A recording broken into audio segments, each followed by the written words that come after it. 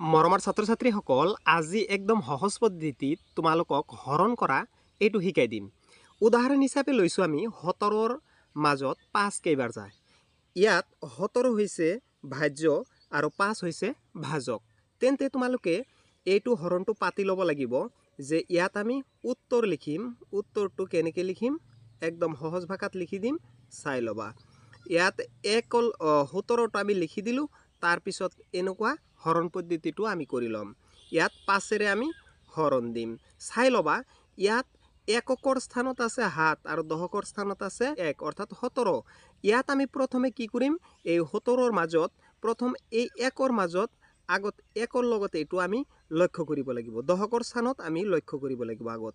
যদি আৰু 3টা অংকৰ থাকিলে শতকৰ স্থানত আমি লক্ষ্য কৰিম। কিন্তু তোমালোকে চাই লোৱা যে এই দুটা অংক বিশিষ্ট যেটো সংখ্যাক হৰণ কেনেকৈ কৰে আমি এইটো চাম।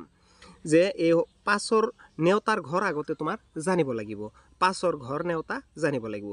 যেনেকৈ 5ৰ 1 গুণ 5, 5ৰ 2 গুণ 10, 5ৰ 3 গুণ কিমান হয় আমি জানো 15, 5ৰ 4 গুণ কিমান হয় আমি জানো 20। এতিয়া চাই লোৱা, এই 17টো এই 15তকৈ ডাঙৰ হয়, 15তকৈ ডাঙৰ হয় আৰু এই 20তকৈ সৰু। তেনেহ'লে তোমালোকে লক্ষ্য কৰা যে এই 5ৰ লগত যদি আমি 3 পূৰণ কৰোঁ তেন্তে কিমান হ'ব? তেন্তে আমি জানো 15 হ'ব। এতিয়া চাই লোৱা যে এই 3 বাৰ যদি যায় তেন্তে 3 লগত 5 পূৰণ কৰিলে 15। এতেকে 17ৰ পৰা 15 বিয়োগ কৰিলে কিমান হয় চাই লোৱা। 7ৰ পৰা 5 পূৰণ কৰিলে কিমান হয়? 2 হয়। এতেকে তুমি পয়েন্টত আনিবা। পয়েন্ট মানে দশমিকত অংকটো আমি কৰিবলৈ চেষ্টা কৰিম। এতিয়া চাই লোৱা, এই 2ৰ মাজত 5 আৰু নাযায়। নগ'লে ইয়াত দশমিক দিব লাগিব। দশমিক দিয়াৰ লগে লগে ইয়াত এটা শূন্য আহি যাব। এই শূন্যৰ মাজত এই 20ৰ মাজত এতিয়া 5 নিশ্চয় হৰণ যাব। এতিয়া চাই লোৱা, 5ৰ লগত 4 পূৰণ কৰিলে কিমান হৈছে? 20, অৰ্থাৎ ইয়াত দিম আমি 4, অৰ্থাৎ 4ৰ লগত 5 পূৰণ কৰিলে কিমান হ'ব? 20 হ'ব। এতিয়া আমি কি লিখিব পাৰোঁ? এতিয়া আমি লিখিব পাৰোঁ 20ৰ পৰা 20 বিয়োগ কৰিলে একো নাথাকে। তেন্তে ইয়াত তোমালোকে চাই লোৱা, ইয়াত কি লিখিব পাৰা?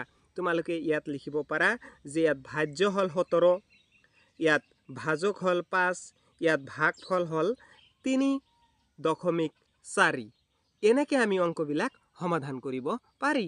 তেন্তে 2 নম্বৰটো তোমালোকে নিজে কৰিবলৈ চেষ্টা কৰা, নহ'লে মই কৰি দিওঁ। চাই লোৱা যে 2ৰ 29, ইয়াত আমি পাতি ল'লোঁ হৰণটো, ইয়াত হাতেৰে আমি হৰণ দিম। তেনেহ'লে কি হয় চাই লোৱা, ইয়াত 7ৰ নেওতাৰ ঘৰ তোমাৰ জানিব লাগিব। এতিয়া আমি 7ৰ নেওতাৰ ঘৰ আমি জানিবলৈ চেষ্টা কৰিম। চাই লোৱা, এতিয়া তোমালোকে যে 7ৰ ইয়াতে আমি অলপমান ইফালে লৈ লওঁ। ইয়াত 7ৰ ঘৰ, 7ৰ লগত 1 পূৰণ কৰিলে কিমান হয়? 7। 7ৰ লগত 2 পূৰণ কৰিলে কিমান হয়? 14। ইয়াত লিখিম 14। 7 3 গুণ কিমান হ'ব? 21। 7 4 গুণ কিমান হ'ব? 7 4 গুণ হ'ব 28 আৰু 7 5 গুণ কিমান হ'ব? 35। ইমানখিনি আমি জানিলোঁ। এতিয়া আমি সহজকৈ লিখিম, চাই লোৱা। 29টো কাৰ কাৰ মাজত আছে? 28 আৰু 35ৰ মাজত আছে। তেন্তে এই যে 4, এই 4 বাৰ যাব। নিশ্চয় তুমি ইয়াত 4 বহাই দিয়া। 4 বহাই দিলে 4 7 গুণ কিমান হয়? 4 7 গুণ, অৰ্থাৎ 7ৰ লগত 4 পূৰণ কৰিলে 28 হয়। তেন্তে আমি ইয়াত কি লিখিম? 28 লিখিম। 2 8 28 লিখি ল'লোঁ। তাৰ পিছত 9ৰ পৰা 8 গ'লে কিমান থাকে? 1 থাকে। এতিয়া তোমালোকে চাই লোৱা, ইয়াত ভাগ শেষ 1 আহিছে। ইয়াত ভাজ্য 29 আৰু ভাজক 5 আৰু ভাগফল কিমান? 4। তেন্তে তোমালোকে চাই লোৱা, এই 1ৰ মাজত 7 যাব নেকি? নাযায়। তেন্তে দশমিক ইয়াত দিম। অলপমান আগত বুজাই দিলোঁ। দশমিক দিয়াৰ লগে লগে ইয়াত এটা শূন্য আহিব।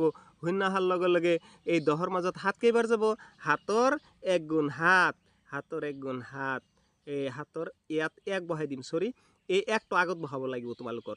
এই 7ৰ লগত এই 1 পূৰণ কৰিলে বা 1ৰ লগত 7 পূৰণ কৰিলে এই 7 আহিল। হ'ল না নাই? তেন্তে আমি কি কৰিম? 7ৰ পৰা 10ৰ পৰা 7 গ'লে থাকিল 3। এতিয়া আৰু হৰণ যায় নেকি? নাযায়। নগ'লে কি হ'ব? নগ'লে আমি দশমিকটো বহাই দিয়া আছে, আৰু এটা শূন্য বহাই দিবা। শূন্য বহাই দিয়াৰ লগে লগে কি হ'ব? এতিয়া কেইবাৰ যায়? 7 4 গুণ 28, 30 মানে আছে 35ৰ তলে। তেন্তে ইয়াত আৰু এবাৰ 4 দিম।